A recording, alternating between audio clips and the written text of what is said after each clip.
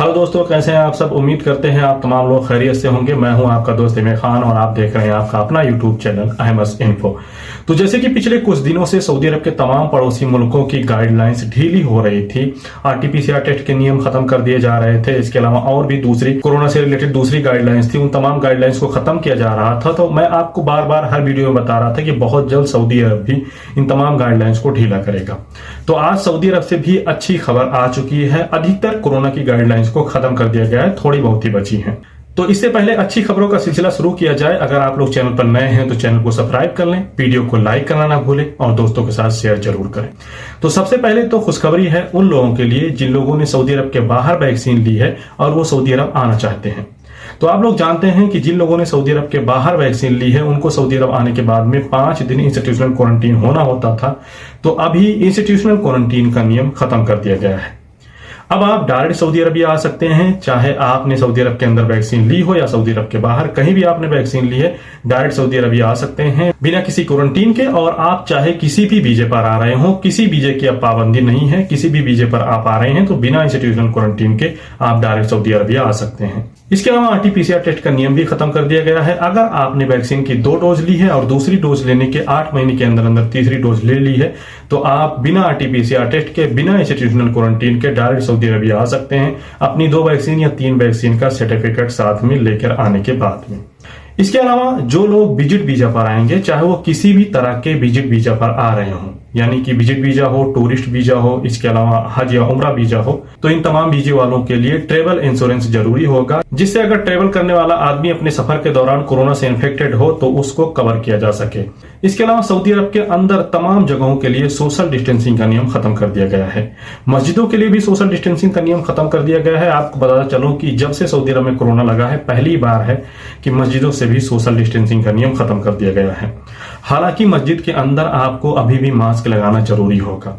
इसके अलावा मस्जिद हराम और मस्जिद नबी यानी कि बैतुल्लाह शरीफ और मदीना शरीफ में मस्जिद नबी जो है वहां के लिए भी सोशल डिस्टेंसिंग का नियम खत्म कर दिया गया है, लेकिन वहां भी अंदर आपको मास्क लगाना जरूरी होगा। इसके अलावा ओपन एरिया के लिए मास्क का नियम खत्म कर दिया है, लेकिन जो अंदर बंद एरिया होंगे जैसे कि दुकान के अंदर वगैरह, तो वहां के लिए आपको मास्क लगाना होगा। भीड़ भाड़ वाले एरिया के लिए भी आपको मास्क लगाना जरूरी होगा।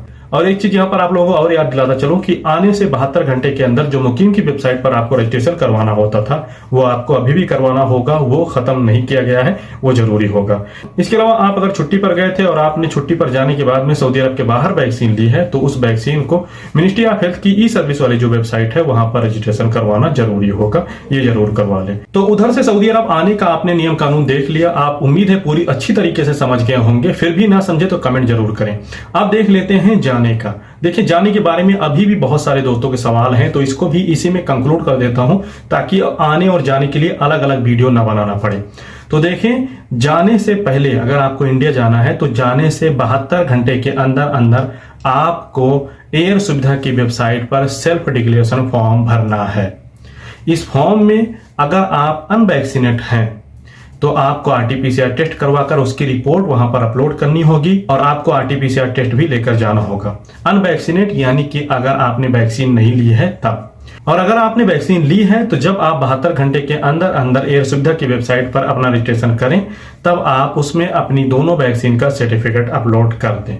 बस इतना ही नियम है, इतना करना है, चाहे आपने 2 डोज ली हो या 3 डोज। अगर आप इंडिया जा रहे हैं तो एयर सुविधा की वेबसाइट पर आपको अपना रजिस्ट्रेशन करवाना है और वहां पर अगर आप वैक्सीनेट हैं तो वैक्सीन सर्टिफिकेट, और अगर आपने वैक्सीन नहीं ली है तो आरटीपीसीआर टेस्ट करवाकर अपलोड करवाकर जाना है। और हाँ, एयर सुविधा का जो सेल्फ डिक्लेरेशन फॉर्म आप भरेंगे उसका प्रिंट लेना ना भूलें। इसके अलावा एक खबर और है मुरूर की तरफ से। अब सऊदी अरब में जो बाहर की गाड़ियां आएंगी, जैसे कि आप लोग जानते होंगे, आप लोगों ने देखा होगा कि रोड पर कतर की, कुवैत की, बहरीन की, ओमान की, इसके अलावा दुबई वगैरह की बहुत सारी गाड़ियां यहाँ पर चलती रहती थी। और ये गाड़ियां जब यहाँ पर चलती रहती थी तो इन पर कोई भी फाइन नहीं आता था, क्योंकि ये गाड़ियां यहाँ पर ट्रांसफर ही नहीं हुई रहती। तो अब यहाँ पर मुरूर ने ऐलान किया है कि जो सऊदी अरब के बाहर की भी गाड़ियां होंगी उन पर भी फाइन किया जाएगा, यानी कि अब इनको छूट नहीं मिलेगी, भले ही ये गाड़ियां सऊदी अरब के अंदर ट्रांसफर हुई हो या ना हुई हो। आपको याद होगा कि लगभग 1-2 महीने पहले ही एक वीडियो मैंने आपको बताया था कि गल्फ की तमाम कंट्रियों के ट्रैफिक डिपार्टमेंट जो हैं वो आपस में लिंक हो रहे हैं और इससे वो गाड़ियां जो किसी दूसरे मुल्क में जाकर तमाम ट्रैफिक वायलेशन करती हैं उनको फाइन किया जाएगा। तो ये नियम भी लागू हो गया है। इसके अलावा एजार आप जानते हैं कि वो डिपार्टमेंट है जो सऊदी अरब में रेंट पर दी जाने वाली प्रॉपर्टियों का हिसाब किताब रखता है। तो एजार ने कहा है कि अगर किसी का किराएदार किसी को किराया नहीं दे रहा है तो जो मालिक है वहां का, यानी कि जिसने किराए पर आदमी रखा हुआ है, तो वो अपने किराएदार का बिजली और पानी कट नहीं कर सकता। यानी कि आप उसको फोर्स करने के लिए, उसको किराया देने के लिए, जबरदस्ती करने के लिए आप उसका बिजली और पानी कट नहीं कर सकते। ये उसका हक है। हाँ, वो नहीं दे रहा है तो आप कोर्ट में जाकर उसके ऊपर कानूनी कार्रवाई कर सकते हैं। तो उम्मीद है वीडियो आपको पसंद आया होगा। फिर भी कोई सवाल है तो कमेंट करें, चैनल पर नए हैं तो सब्सक्राइब करें, वीडियो को लाइक करना ना भूलें, दोस्तों के साथ शेयर करें। बहुत बहुत शुक्रिया।